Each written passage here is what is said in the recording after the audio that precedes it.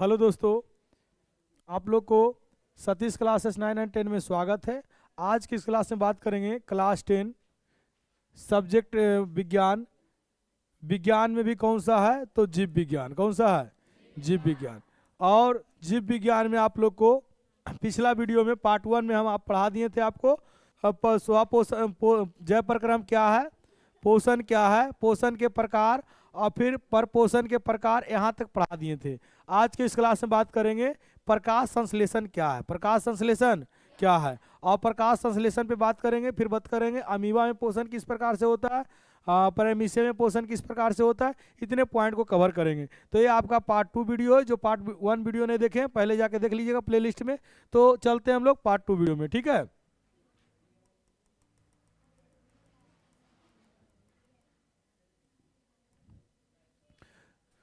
तो चलिए हम लोग शुरू करते हैं। टॉपिक है प्रकाश संश्लेषण क्या है। प्रकाश संश्लेषण क्या है, चलिए शुरू करें। तो कहता है प्रकाश संश्लेषण क्या है। इसे सीबीएसई ला पढ़ता है फोटोसिंथेसिस। क्या पढ़ता है? फोटोसिंथेसिस। समझिए व्हाट इज फोटोसिंथेसिस।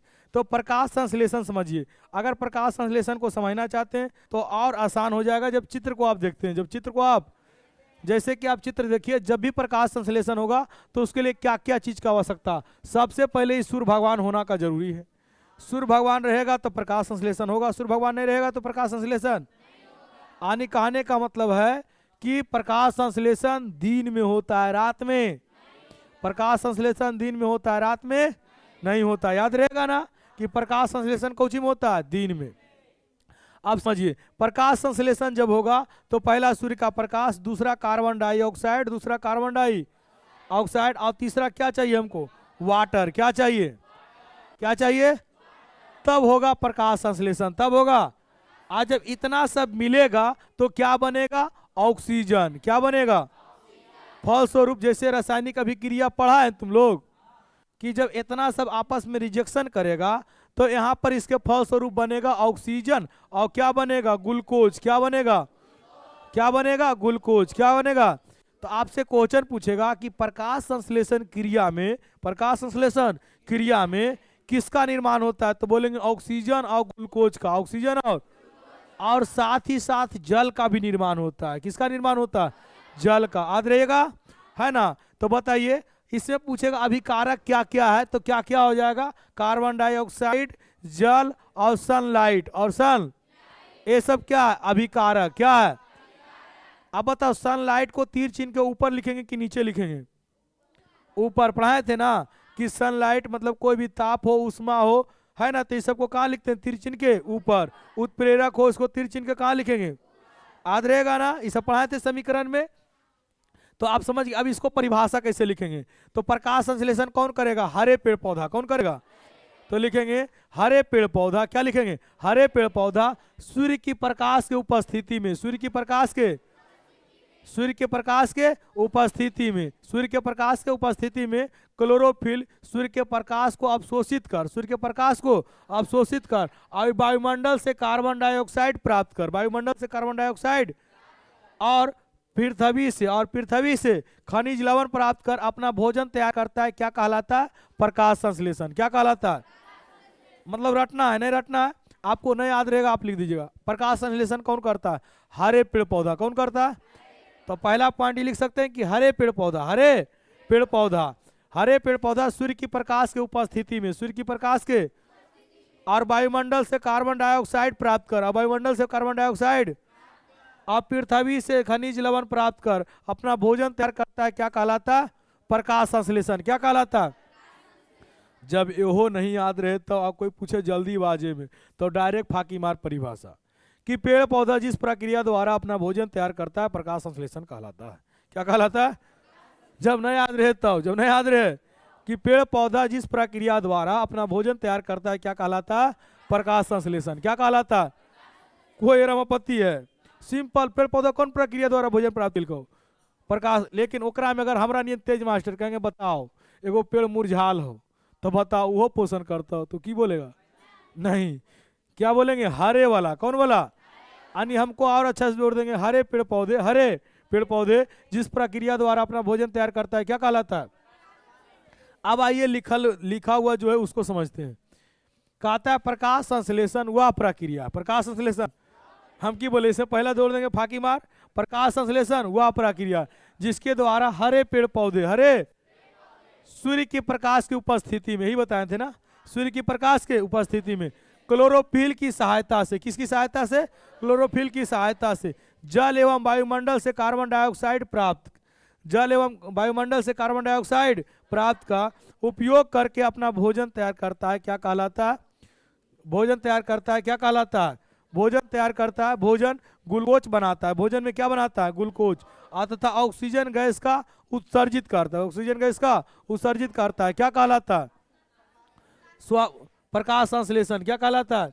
जैसे देखो यहाँ पर अभी बताए ना, क्या बताएं कि प्रकाश संश्लेषण वह प्रक्रिया है जिसमें सूर्य की प्रकाश की उपस्थिति में, सूर्य की प्रकाश के क्लोरोफिल, सूर्य की प्रकाश की उपस्थिति में क्लोरोफिल, खनिज लवण, कौची हो गया? खनिज लवण और वायुमंडल से कार्बन डाइऑक्साइड प्राप्त कर, वायुमंडल से कार्बन डाइऑक्साइड प्राप्त कर ग्लूकोज का निर्माण करता है। ग्लूकोज का या अपना भोजन का निर्माण करता है, अपना भोजन का निर्माण करता है और ऑक्सीजन को उत्सर्जित करता है, निष्कासित करता है। क्या कहलाता है? प्रकाश संश्लेषण। क्या कहलाता है? अब बताओ, जब प्रकाश संश्लेषण होता है तो किसका निर्माण होता है? और ग्लूकोज का किसका निर्माण होता है?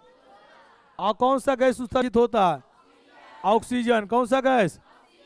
आपसे क्वेश्चन एगो पूछता है, प्रकाश संश्लेषण के लिए आवश्यक तत्व कौन कौन सा होगा? तो पहला सूर्य के प्रकाश, दूसरा कार्बन डाइऑक्साइड और तीसरा कौची होगा? जल। क्या होगा? प्रकाश संश्लेषण के लिए आवश्यक तत्व, आवश्यक मतलब हुआ कि इसके बिना प्रकाश संश्लेषण नहीं होगा। तो पहला क्या होगा? सूर्य की प्रकाश। दूसरा क्या होगा? और तीसरा क्या होगा? आपसे क्वेश्चन पूछता है कि इनमें से सभी, डी ऑप्शन में क्या रहेगा? इनमें से सभी। तो क्या मारिएगा?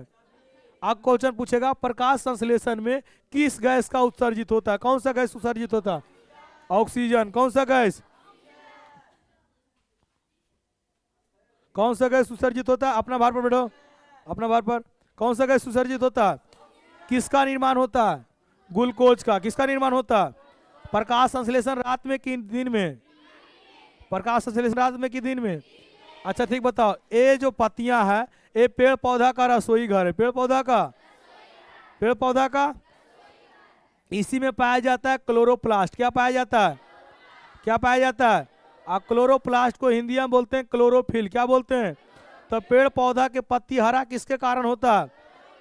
पेड़ पौधा के पत्तियां में कौन सा तत्व पाया जाता है? मैग्नीशियम। कौन सा तत्व?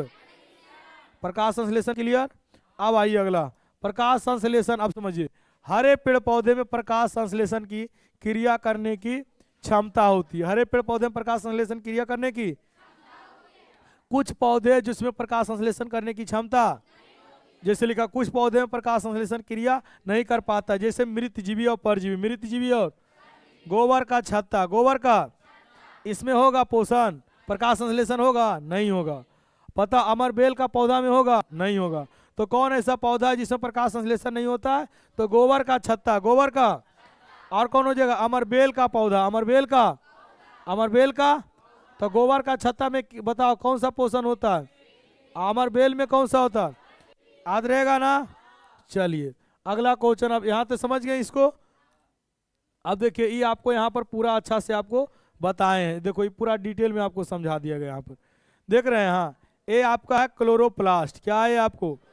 मतलब ये प्लांट सेल है, मतलब कि पादप कोशिका, पादप, पादप कोशिका के अंदर क्या क्या समझिए। यहाँ पर कोशिका आ रहा है, यहाँ से ऑक्सीजन देखो है ना O2 है। अब इसके बाद NADA, ये तुम लोग को बहुत डिटेल में जाकर आपको पढ़ना है, समझ गए ना? तो आगे हम लोग समझते हैं। कहता है प्रकाश संश्लेषण का रासायनिक समीकरण लिखिए, बहुत इंपॉर्टेंट क्वेश्चन है। प्रकाश संश्लेषण का रासायनिक अभिक्रिया या समीकरण वही होता है, समझ गए ना? तो देखिए हम आपको क्या बताएं कि पहले हमको कौन सी जरूरत होता है? कार्बन डाई, और फिर क्या जरूरत होता है? जल। क्या होता है? आई तीर चिन्ह के ऊपर लिखेंगे सूर्य की प्रकाश, सूर्य की, सूर्य की। आई इसके नीचे लिखेंगे क्लोरोफिल। क्या लिखेंगे? Chlorophyll, chlorophyll. तो क्या बनता है? ग्लूकोज। क्या बनता है? और कौन सा गैस का निष्कासन होता है? ऑक्सीजन। यही आपका क्या हुआ? प्रकाश संश्लेषण का रासायनिक समीकरण या रासायनिक अभिक्रिया। ये आपका 2 नंबर में एग्जाम में पूछेगा। कई नंबर में? ये आपके लिए VVI है, कोई दिक्कत? समझ गए ना? आप आद कैसे रखिएगा, आद कैसे रखिएगा, तो 66 बराबर 116, 66 बराबर आद रखिएगा, ठीक है। चलिए अब आगे हम लोग बढ़ते हैं। क्या? 6 गो कार्बन और 6 गो जल, 6 गो बराबर 1 गो ग्लूकोज और 6 गो ऑक्सीजन, 1 गो ग्लूकोज 6 गो, ठीक है। अब आगे बढ़ेंगे। कहता है प्रकाश संश्लेषण के लिए आवश्यक कच्ची सामग्री, आवश्यक कच्ची, तो कच्ची सामग्री पहला कार्बन डाइऑक्साइड है। पहला क्या है? यह वायुमंडल से प्राप्त होता है। कहाँ से प्राप्त करते हैं? पेड़ पौधा कार्बन डाइऑक्साइड कहाँ से प्राप्त करता है? वायुमंडल में कार्बन डाइऑक्साइड कितना प्रतिशत है? 0.03%, 0.003%, 0.00। ऑक्सीजन कितना प्रतिशत है? 21%। कौन है? और नाइट्रोजन कितना प्रतिशत है? 78 है। कितना है? और बाकी जो है अन्य गैस है, बाकी जो है, तो वायुमंडल में नाइट्रोजन कितना परसेंट? 78%। वायुमंडल में ऑक्सीजन कितना परसेंट? Carbon dioxide 0.0। तो जो कार्बन डाइऑक्साइड कहाँ से प्राप्त करता है? वायुमंडल से। कहाँ से प्राप्त करता है? पत्तियों के रंध्र स्टोमाटा, पत्तियों के रंध्र स्टोमाटा द्वारा पौधे के अंदर प्रवेश करती है। देखिए समझिए, रंध्र को देखिए, रंध्र कहाँ है? रंध्र का चित्र नहीं है इसमें। हाँ देखिए, ये रंध्र है। ये क्या है? रंध्र। जब खुला रंध्र रहेगा तो पत्तियां में क्या होगा? कार्बन डाइऑक्साइड को ग्रहण करेगा, कार्बन डाइऑक्साइड को। आज जब बंद रहेगा तो ग्रहण, समझिए, इधर आपका जल हो गया, इससे क्या आपका ग्रहण कर रहा है? Carbon di. इधर से आपको क्या निकल रहा है? ये है आपका रंध्र। क्या है? ये है रक्षक कोशिका जो इसको रक्षा देता है। जब प्रकाश संश्लेषण नहीं होता है तो देखो यहाँ क्या हो गया? बंद हो गया। क्या हो गया? देखो वो बंद हुआ है ना, रंध्र क्या हुआ? बंद हुआ। सहायक कोशिका भी देखो पूरी तरह से बंद हो गया। तो ये बंद रंध्र है, आई क्या है? खुला रंध्र। क्या है? तो बताओ, प्रकाश संश्लेषण होगा तो रंध्र खुला होगा कि बंद होगा? क्या होगा? खुला। रंध्र क्या होगा? खुला। अब यहां समझिए आप लोग, अब रंध्र को समझ गए ना? चलिए, तो कार्बन डाइऑक्साइड कहां से प्राप्त करते हैं? वायुमंडल से। कहां से करते हैं? अब बताओ, पत्तियों में रंध्र के द्वारा पौधों के अंदर प्रवेश करता है। क्वेश्चन आएगा, कार्बन डाइऑक्साइड किसके द्वारा प्रवेश करता है? रंध्र के। किसके द्वारा? रंध्र कहाँ पाया जाता है? पत्तियों में। कहाँ पाया जाता है? रंध्र को इंग्लिश में बोलते हैं स्टोमाटा। क्या बोलते हैं? कोई दिक्कत? तो बोलेगा कार्बन डाइऑक्साइड पौधे के किस अंग से प्रवेश करता है? पत्तियां। किस अंग से? पत्तियां के रंध्र से। पत्तियां के। अब बोलेगा बता, बंद रंध्र में होगा प्रकाश संश्लेषण की खुला में? खुला में। कोचिंग होगा? या भोजन ग्लूकोज या भोजन में कार्बन का मुख्य स्रोत है। या भोजन में कार्बन का, या भोजन ग्लूकोज में कार्बन का मुख्य स्रोत है। जैसे कि देखिए, ग्लूकोज जो बनता है C6H12O6, तो इसे बताओ कार्बन है कि नहीं है? है ना? तो ही कह रहा है या भोजन में कार्बन का मुख्य स्रोत है। भोजन में कार्बन का। बोलेगा कार्बन डाइऑक्साइड, बताइए भोजन में कार्बन का मुख्य स्रोत क्या है? तो बोलेंगे कार्बन डाई। Carbon di. या ग्लूकोज में बताइए मुख्य स्रोत क्या है भोजन का? तो बोलेंगे कार्बन। क्या होगा? अगला क्वेश्चन कहता है कि जल। अब क्या पढ़ेंगे? तो बताओ, जड़ कहां से लेता है? जड़ से। कहां से लेता है? वही कह रहा है, या मिट्टी से जड़ द्वारा अवशोषित किया जाता है। किसके द्वारा? जड़ द्वारा। किसके द्वारा? अब कौन सा उत्तक? कौन सा? तो देखो, जाइलम उत्तक। कौन सा उत्तक? जाइलम उत्तक द्वारा पत्तियों तक पहुंचाया जाता है। किसके द्वारा? फिर से समझिए, पेड़ पौधा क्या किया? जल को अवशोषित किससे किया? जल से। जड़ से किसे किया? अब इसको पत्तियां तक कौन पहुंचाएगा? जाइलम। कौन पहुंचाएगा? कौन सा पहुंचाएगा? जाइलम। कहता है या भोजन में हाइड्रोजन का स्रोत है। या भोजन में, जैसे C6H12O6 बनाना, O6 बनाना, तो बताओ, अब बताओ जल से क्या ले लिया? हाइड्रोजन। जैसे क्या क्या हम पढ़े हैं? 6 कार्बन डाइऑक्साइड और 6 जल पढ़े ना बउआ? तो बताओ इससे ही क्या लिया? इससे क्या लिया बताओ? कार्बन लिया। और इससे क्या लिया? हाइड्रोजन लिया। अरे हाइड्रोजन लिया कि नहीं लिया? फिर से बोलो, कार्बन डाइऑक्साइड से बताओ ग्लूकोज बनने में क्या लेता है? कार्बन। क्या लेता है? अब बताओ जल से बनने में क्या लेता है? हाइड्रोजन। वही लिखा हुआ है, या भोजन में हाइड्रोजन का स्रोत है। या भोजन में हाइड्रोजन का। प्रकाश संश्लेषण के दौरान निकलने वाली ऑक्सीजन का एक भाग जल से प्राप्त होता है। किससे प्राप्त होता है? मतलब कि इससे जो आपका ये ऑक्सीजन निकल रहा है, ये ऑक्सीजन निकल रहा है, वो किससे प्राप्त होता है आपका? तो जल से। किससे होता है? फिर से बताते हैं, बताओ। जो भोजन बनता है, प्रकाश संश्लेषण में जो ग्लूकोज का निर्माण होता है, उसमें बताओ कार्बन का निर्माण कहाँ से होता है? कार्बन डाइऑक्साइड से। कहाँ से होता है? और हाइड्रोजन का निर्माण कहाँ से होता है? जल से। कहाँ से होता है? और जो ऑक्सीजन निकलता है वो कहाँ से निकलता है? जल से। कहाँ से निकलता है? याद रहेगा सबको? चलिए, तो आपको इतना समझ में आ गया। पहला क्वेश्चन पूछते हैं, बताओ पेड़ पौधा में प्रकाश संश्लेषण क्रिया में किसके सहायता से जल को अवशोषित किया जाता है? किसके सहायता से? अरे समझो बात को। पेड़ पौधा जब प्रकाश संश्लेषण क्रिया करता है तो जल का अवशोषण किससे करता है? जड़ से। किससे करता है? और किस भाग से पत्तियों तक पहुंचाता है? जाइलम ऊतक। किस ऊतक से? पेड़ पौधा में जो ग्लूकोज का निर्माण होता है उसमें हाइड्रोजन कहाँ से आता है? जल से। कहाँ से आता है? और जो ऑक्सीजन निकलता है वो भी कहाँ से आता है? जल से। कहाँ से आता है? लेकिन कार्बन डाइऑक्साइड कहाँ से आता है? कार्बन डाइऑक्साइड में ग्लूकोज में कार्बन कहाँ से आता है? कार्बन डाइऑक्साइड से। कहाँ से आता है? बताओ, पेड़ पौधा जो प्रकाश संश्लेषण करता है उसमें क्रिया में कार्बन कहाँ से लेता है? वायुमंडल से। कहाँ से लेता है? बताओ, वायुमंडल में कार्बन कितना परसेंट है? 0.03%। 0.0। वायुमंडल में नाइट्रोजन कितना परसेंट है? 78। वायुमंडल में ऑक्सीजन कितना परसेंट है? 21%। बताओ, पेड़ पौधा कौन सा गैस को ग्रहण करता है? Carbon dioxide. Carbon di. अब पेड़ पौधा कौन सा गैस छोड़ता है? ऑक्सीजन। पेड़ प्रकाश संश्लेषण क्रिया के दौरान कौन सा गैस निष्कासन होता है? ऑक्सीजन। कौन सा गैस? कौन सा गैस? याद रहेगा? चलिए, अब आगे बात करेंगे। प्रकाश संश्लेषण के लिए आवश्यक सहायक तत्व। आवश्यक सहायक तो पहला क्लोरोफिल है। पहला। दूसरा कौची? सूर्य के प्रकाश। और तीसरा कौची? और चौथा कौची है? Carbon di. अगर ये सब नहीं रहेगा, ये सब, तो प्रकाश संश्लेषण क्रिया। लेकिन मुख्य रूप से अगर पूछे तो ये दोनों, मुख्य रूप से ही पूछे तो। अब बताओ, जल हम दे देंगे, कार्बन डाइऑक्साइड दे देंगे तो होगा? नहीं होगा। होगा? लेकिन अगर ये दोनों बकलोलवा नहीं रहेगा तो होवे नहीं करेगा। ये दोनों नहीं रहते तब वो हो जाता है। कहीं कहीं जल की मात्रा नहीं रहता, कहीं कहीं जल की मात्रा। पेड़ पौधा हरा है तो नहीं हो जाता है? नहीं हो जाता है जी। हाँ, लंबे समय तक नहीं हो पाएगा। लंबे समय तक कुछ पौधा को जल से एलर्जी है, कुछ पौधा को जल से, फिर भी प्रकाश संश्लेषण कर लेता है। प्रकाश संश्लेषण। अब बताओ, आइटा ऊटा में जल दे जाके, लेकिन प्रकाश संश्लेषण कर लेता है कि नहीं कर लेता है?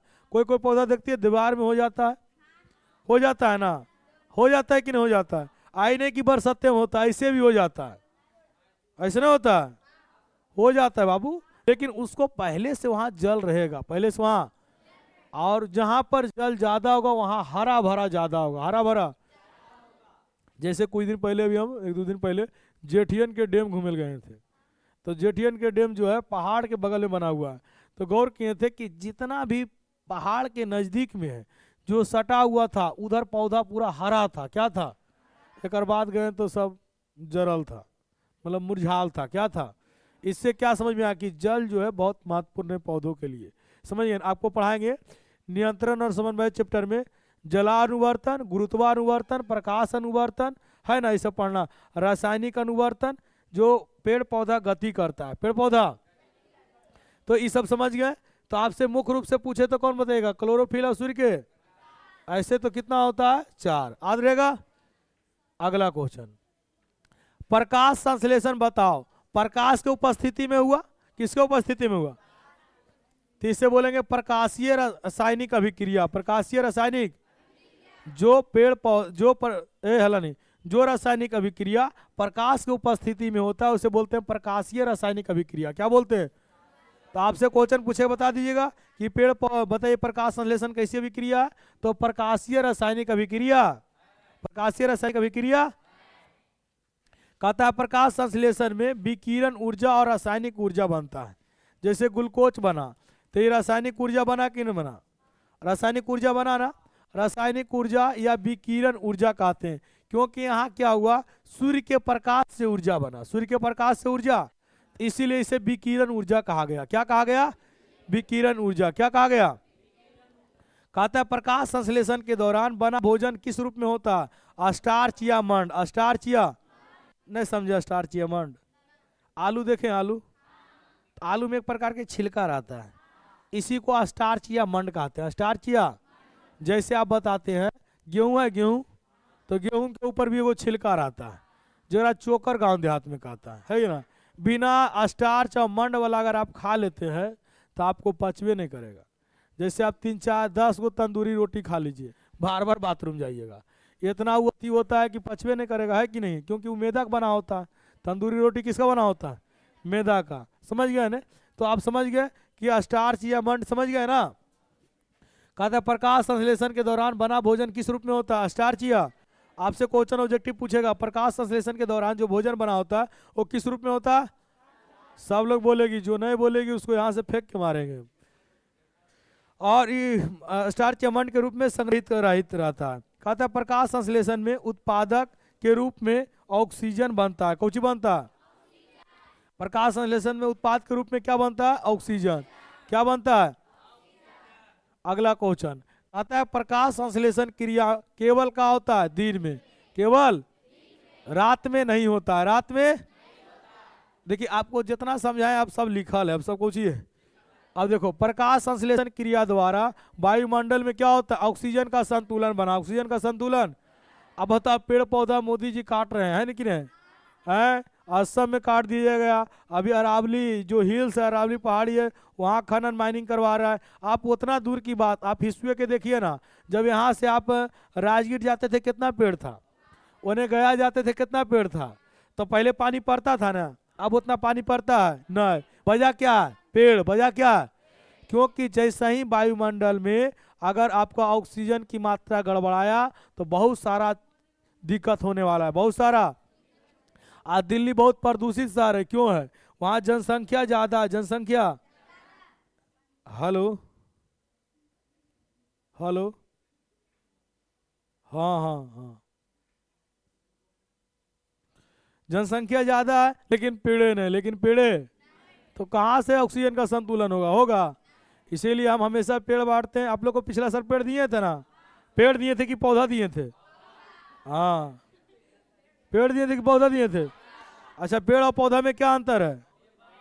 पेड़ मोटा और लंबा होता है, पेड़ मोटा और पौधा पतला और छोटा होता है। पतला और, आ जाएगा तोनी सबका कहा दे, तोनी सब नहीं हाल है। सरस्वती पूजा का पैसा देनी हाल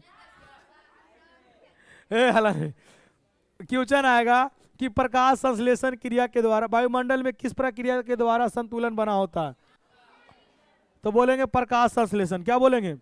वायुमंडल में ऑक्सीजन का संतुलन किस प्रक्रिया द्वारा बना होता है? तो बोलेंगे, लेकिन प्रकाश संश्लेषण द्वारा वायुमंडल में किसका संतुलन बना होता है? पूरा कहीं पूछ सकता है कि नहीं है?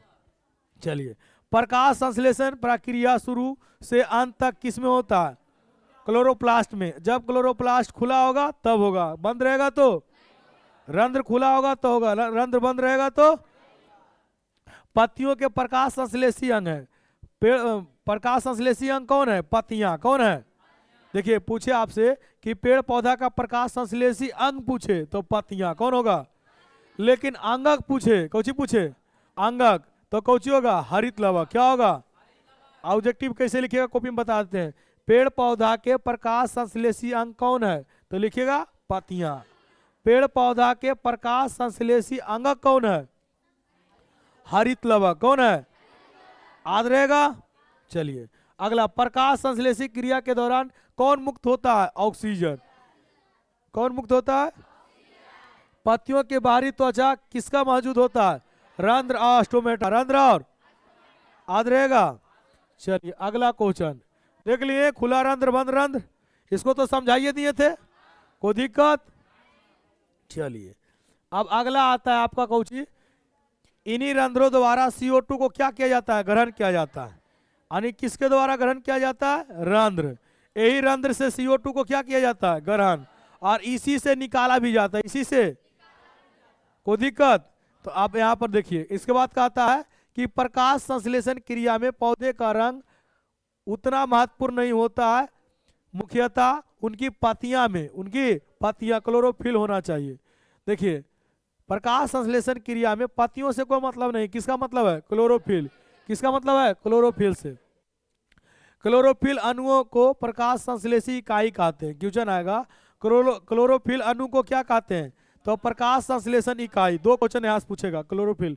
पहला पूछेगा क्लोरोफिल का क्या कार्य है, तो सूर्य के प्रकाश को अवशोषित करना, सूर्य के प्रकाश को। दूसरा क्वेश्चन पूछेगा कि पेड़ पौधा में प्रकाश संश्लेषी अंगक कौन है, तो कौन है? क्लोरोफिल। कौन है? तीसरा क्वेश्चन पूछेगा प्रकाश संश्लेषण क्रिया में प्रकाश संश्लेषी इकाई कौन है, तो क्लोरोफिल है। कौन है? मतलब इसे 3-4 ऑब्जेक्टिव बन गया, बना कि नहीं बना? एक क्वेश्चन आप पूछेगा कि प्रकाश संश्लेषण के कारण पत्तियों का रंग कैसा होता है? हरा। कैसा होता है? प्रकाश संश्लेषण के कारण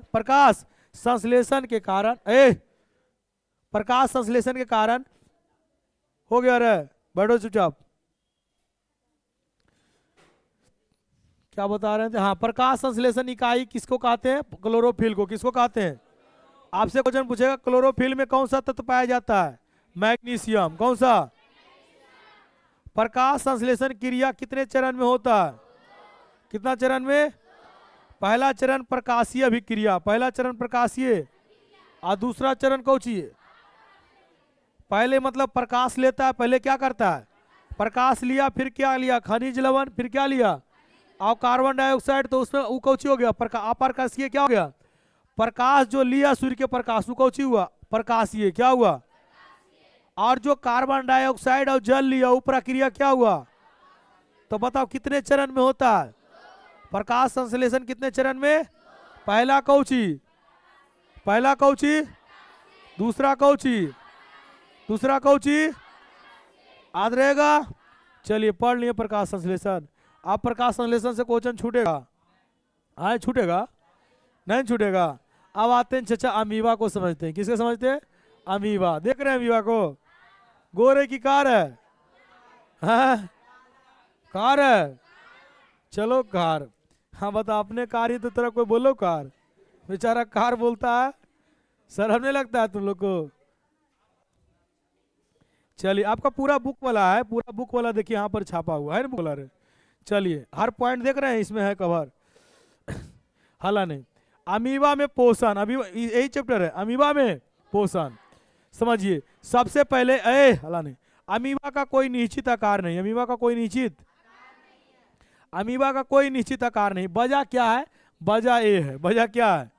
इसको बोलते हैं पदाव या कुटपाद। पदाव या, देखिए अमीबा में सबसे पहले सबसे पहले जानो, अमीबा एक कोशिकीय प्राणी है। एक कोशिकीय अमीबा कैसा है? एक कोशिकीय प्राणी। कैसा प्राणी है? एक कोशिकीय प्राणी किसे कहते? ऐसा जीव जिसका शरीर एक कोशिका से मिलकर बनाओ। किससे मिलकर के बनाओ? एक कोशिका से। अमीबा एक कोशिकीय जीव है। एक कोशिकीय अमीबा एक कोशिकीय जीव है। अमीबा एक कोशिकीय, सबसे पहले अमीबा एक कोशिकीय जीव है। दूसरा, अमीबा का आकार निश्चित, अमीबा का आकार निश्चित। तीसरा, अमीबा जो है अपना भोजन के लिए खाद्य कणिका बनाता है। क्या बनाता है? जैसे कि देख रहे हैं यहाँ छोटा बना हुआ है, इसी को बड़ा कर देता है, इसको हम बोलते हैं पदाव या कुटपाद। पदाव या, एग्जाम में आपसे क्वेश्चन पूछेगा, अमीबा जिससे भोजन पकड़ता है उसे क्या कहते हैं? पदाव या कुटपाद। पदाव या। इसके बाद पूछेगा, इसके बाद ये क्या होता है? भोजन पकड़ के इसको पूरे तरह से क्या कर लेता है? बंद कर लेता है। क्या कर लेता है? अब बंद करने के बाद अमीबा अपने पूरे शरीर के अंदर ले जाता है, और इसके बाद विसरण के द्वारा पूरे शरीर में फैला देता है। विसरण के द्वारा पूरे शरीर में। तो अमीबा में इस तरह से पोषण होता है। अमीबा में इस तरह से। अब आइए लिखा हुआ क्या है, पढ़ते हैं।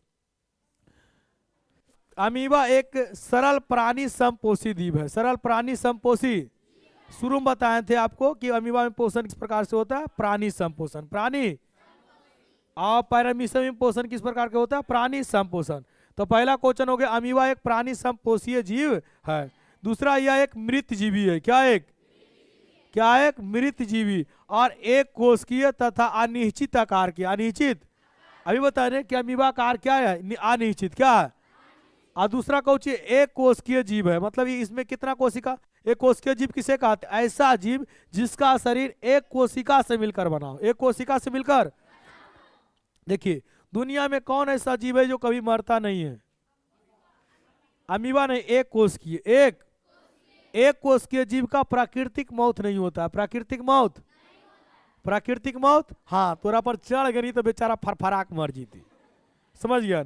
अमीबा के कभी प्राकृतिक मौत, तो दुनिया में कौन अमर है, एक कोशिकीय जीव। कौन है, जितना एक कोशिकीय जीव है वो क्या है, अमर है। क्या है, उसका प्राकृतिक मौत हाँ, चढ़ जाएगा, लात गुस्सा मार देगा, है ना। ए लड़की रे, शर्म नहीं लगता तुम लोग को, पढ़ ले आइए पढ़। एक कोशिकीय जीव आकार क्या होता है, अनिश्चित। क्या होता है, इसका आकार कुटपाद। अभी हम बताए थे किसके कारण इसका आकार बिगड़ता है, कुटपाद लिखा हुआ है। इसका आकार कुटपाद बनने के और बिगड़ने का कारण बदलता है। इसका जो बोलेगा क्वेश्चन, अमीबा का आकार किसके कारण बदलता है या बिगड़ता है, तो बोलेंगे कुटपाद। एक क्वेश्चन आप पूछेगा, अमीबा भोजन किससे पकड़ता है, कुटपाद से। किसे पकड़ता है, अमीबा कुटपाद की मदद से भोजन ग्रहण करता है, वो बता दिए। इसके बाद कहता है अमीबा का भोजन कौन है, तो शैवाल के छोटे छोटे टुकड़े, शैवाल के छोटे छोटे, और बैक्टीरिया, और कौन है, और डाइटम, और अन्य छोटे एक कोशिकीय जीव, और अन्य छोटे एक कोशिकीय मृत कार्बनिक पदार्थों के छोटे छोटे टुकड़े इत्यादि। समझ गए ना, ये सब जो अमीबा का पोषण, अमीबा का पूछेगा बता दीजिएगा। पहला क्वेश्चन पूछेगा, अमीबा क्या एक कोशिकीय जीव है, क्या अमीबा का आकार निश्चित होता है, क्या निश्चित होता है। अमीबा के आकार बदलने का कारण क्या है, कुटपाद। क्या है, कुटपाद के नाम और क्या है, पचाव। क्या बोलते हैं, पचमाव होगा कुछ, पदाब। क्या है, पदाब। चलिए अगला, इसके बाद पूछेगा अमीबा का आकार बिगड़ने का कारण क्या है, कुटपाद। अमीबा भोजन किससे पकड़ता है, कुटपाद से। अमीबा जो है अपना शिकार क्या बनाता है, छोटे छोटे को क्या बनाता है, आप कार्बनिक रूप में। कौन सी रूप में, कार्बनिक रूप में। जैसे में शैवाल और डाइटम बैक्टीरिया, शैवाल डाइटम और बैक्टीरिया याद रहेगा। इसके बाद अमीबा से क्वेश्चन पूछता है, अमीबा में पोषण का अंतग्रहण होता है। पहले अमीबा क्या किया, खाद्य रेतिका बनाया, उसमें भोजन को ग्रहण किया, तो ही लिखा हुआ है अमीबा में पोषण पहले अंतग्रहण होता है। क्या होता है, भोजन को ग्रहण करना अंतग्रहण कहलाता है। क्या कहलाता है, फिर उसको शरीर के अंदर ले गया और विसरण के द्वारा फैला दिया, विसरण के द्वारा। अब विसरण क्रिया से ही पाचन किया, किस क्रिया से। अब फिर उसको क्या करेगा, विसरण क्रिया से जो खराब पदार्थ होगा उसको शरीर से बाहर, तो कहता है फिर इसका बहिष्करण की प्रक्रिया द्वारा पूर्ण हो जाता है। पूर्ण कहता है अमीबा में भोजन का पाचन रसधनी में एक एंजाइम द्वारा होता है। किसके द्वारा होता है, एक एंजाइम द्वारा। अमीबा में अपना भोजन को शरीर से बाहर निकालने का कोई निश्चित स्थान नहीं है, कोई निश्चित स्थान, पूरे शरीर में फैला लिया। इसके बाद उसी क्रिया द्वारा, विसरण क्रिया द्वारा शरीर से धीरे धीरे बाहर निकल जाता है। जैसे हम लोग भी खाते हैं तो कुछ खराब पदार्थ है, कुछ क्या है, जैसे खा लिए, इसके बाद पेशाब का निर्माण हुआ तो पेशाब शरीर से बाहर निकलेगा, पसीना का निर्माण हुआ, पसीना शरीर से बाहर निकलेगा, है ना।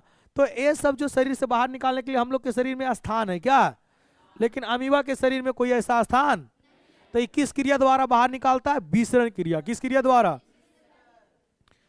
अगला अमीबा हो गया ना, देख लीजिए यहाँ पर अमीबा, ये आप देख लिए ना, एक क्या बनाया, खाद कनिका बनाया, फिर इससे क्या किया, देखो यहाँ पर अमीबा का आकार ठीक था कि नहीं ठीक था, ठीक ठाक था ना। देखो ये बकलोलवा का किया, खाद रीति का बनाया, इसका आकार बिगाड़ा कि नहीं बिगाड़ा, इसके बाद ये बंद किया, फिर आकार बिगड़ा कि नहीं बना। तो बताओ अमीबा का आकार बिगाड़ने वाला कौन है, कुटपाद। कौन है, कुटपाद से ही क्या कर रहा है, भोजन को पकड़ रहा है, भोजन को। फिर बताओ इसको बंद कर लिया, बंद करने के बाद इसको क्या करेगा, फैला लेगा। क्या करेगा, फिर देखो धीरे धीरे विसरण क्रिया द्वारा फैल गया। अब इसमें जो हानिकारक पदार्थ है विसरण क्रिया द्वारा निकल जाएगा बाहर। इस प्रकार से अमीबा में क्या होता है, पोषण। क्या होता है, और पाचन, पोषण और। तो आप समझ गए बबुआ, कोई दिक्कत। यहाँ पर देखिए आपको बताया है, ये है जो कौची है, कुटपाद है, समझ गया ने। ये जो है बना, यहाँ पर जो बनाई इसको बोलते हैं कौची, खाद कनिका। क्या बोलते हैं, और यहाँ पर भी अमीबा क्या किया, भोजन को ग्रहण किया, भोजन को। अब भोजन ग्रहण करने के बाद क्या कहते हैं, खाद्य रक्तिका जिसको बोलते हैं रसधानी, क्या बोलते हैं। देखो यहाँ पर रसधानी बन गया। अब बनने के बाद फिर क्या किया, यहाँ पर फिर क्या किया, धीरे धीरे क्या हुआ, पूरे शरीर में फैल गया। फैलने के बाद देखो विस्तरण क्रिया द्वारा शरीर से बाहर, इस तरह से अमीबा में पोषण होता है। अगला बार जो वीडियो अपलोड करेंगे तो आपको 3D वीडियो दिखाएंगे, कैसे पोषण होता है, कैसे इसको शरीर के अंदर ले गया, फिर कैसे पचा के निकाला। अभी हम सीख रहे हैं ये सब, ठीक है। सीख जाएंगे तो फिर आपको 3D में दिखाएंगे। मतलब परिवर्तन अब करते रहेंगे हर बार। चलिए, अमीबा का नामांकन संरचना, अमीबा का नामांकन, ये आप लोग को HW एक बार बना के लाइए घर से, ठीक है। चलिए अगला क्वेश्चन कहता है पैरामीशियम क्या है। पैरामीशियम चप्पल के आकार के होता है, किसके आकार के होता है, इसका आकार निश्चित होता है। इसका क्या होता है, एक अमीबा के भांति ही, अमीबा के भांति ये भी सूक्ष्मदर्शी प्रोटोजोआ है, सूक्ष्मदर्शी प्रोटोजोआ है। कहता है इसका आकार क्या होता है, निश्चित, क्या होता है, इसका आकार किसके जैसा होता है, चप्पल के जैसा। कैसे होता है, पैरामीशियम में भोजन का अंतग्रहण शरीर के एक निश्चित स्थान से होता है, शरीर के एक निश्चित, जिसे बोलते हैं कोशिका मुख, क्या बोलते हैं। आइए चित्र को देखते हैं। देखिए चचा पैरामीशियम है, कौन है, देखो चप्पल के आकार के है कि नहीं है। आइए देखो, इसको बोलते हैं कोशिका, कोची बोलते हैं, कोशिका मुख, क्या बोलते हैं, क्या बोलते हैं, कोशिका। आइए देखो बाल जैसा संरचना है, इसको बोलते हैं सीलिया या फ्लैजिला, सीलिया या, इसकी मदद से ही गति करता है, क्या करता है, जैसे भोजन वहां रखा है तो यही सीलिया, जैसे हम लोग का शरीर में बाल है ना, वैसे इसके शरीर में इस तरह से बाल रहता है। इसी की मदद से क्या करता है, गति करता है, क्या करता है, अब गति करके क्या करता है, भोजन को पकड़ता है, भोजन को। तो समझ गए आप लोग, को दिक्कत। तो बताइए, अमीबा का पहला क्वेश्चन पूछेगा, अमीबा एक कोशिकीय जीव है, कैसा है, एक कोशिकीय, इस किसकी तरह है, सॉरी अमीबा थोड़ी, पैरामीशियम है क्या, तो पैरामीशियम क्या, एक कोशिकीय जीव है, क्या है, बताइए किसकी भांति है, अमीबा के जैसा, किसके जैसा, अमीबा जो है, अमीबा का आकार निश्चित है, अमीबा का आकार किस आकार निश्चित, सॉरी पैरामीशियम का आकार निश्चित है, पैरामीशियम का आकार, और पैरामीशियम का आकार निश्चित है, और इसका आकार चप्पल के आकार के होता है, किसके आकार के होता है, अमीबा में, सॉरी पैरामीशियम में भोजन पकड़ने के लिए एक स्थान होता है जिसको क्या बोलते हैं, मुख कोशिका, क्या बोलते हैं। जैसे आप देखिए यहाँ सारा बात लिखा हुआ है। अमीबा एक प्राणी समभोजी है, पढ़ाए थे। अमीबा में पोषण किस प्रकार से होता है, प्राणी समपोषी, क्या होता है, या अरे यार, पैरामीशियम एक प्राणी समपोषी है, प्राणी सम। अमीबा के भांति पैरामीशियम भी क्या है, सूक्ष्मदर्शी प्रोटोजोआ, सूक्ष्मदर्शी किसे कहते, तो ऐसा जीव जो हमें नंगी आंखों से माइक्रोस्कोप की सहायता से दिखे। कहता है इसका शरीर प्रायः किसके जैसा होता है, चप्पल के आकार के। पैरामीशियम में भोजन का अंतग्रहण किसके सहायता से, अंतग्रहण शरीर के एक निश्चित स्थान से होता है, शरीर के एक निश्चित, जिसे क्या बोलते हैं, कोशिका मुख, क्या बोलते हैं। जैसे कि यहाँ देख सकते हैं कोशिका मुख बना हुआ है, अरे बना हुआ है, इसी से भोजन ग्रहण किया। अगला क्वेश्चन,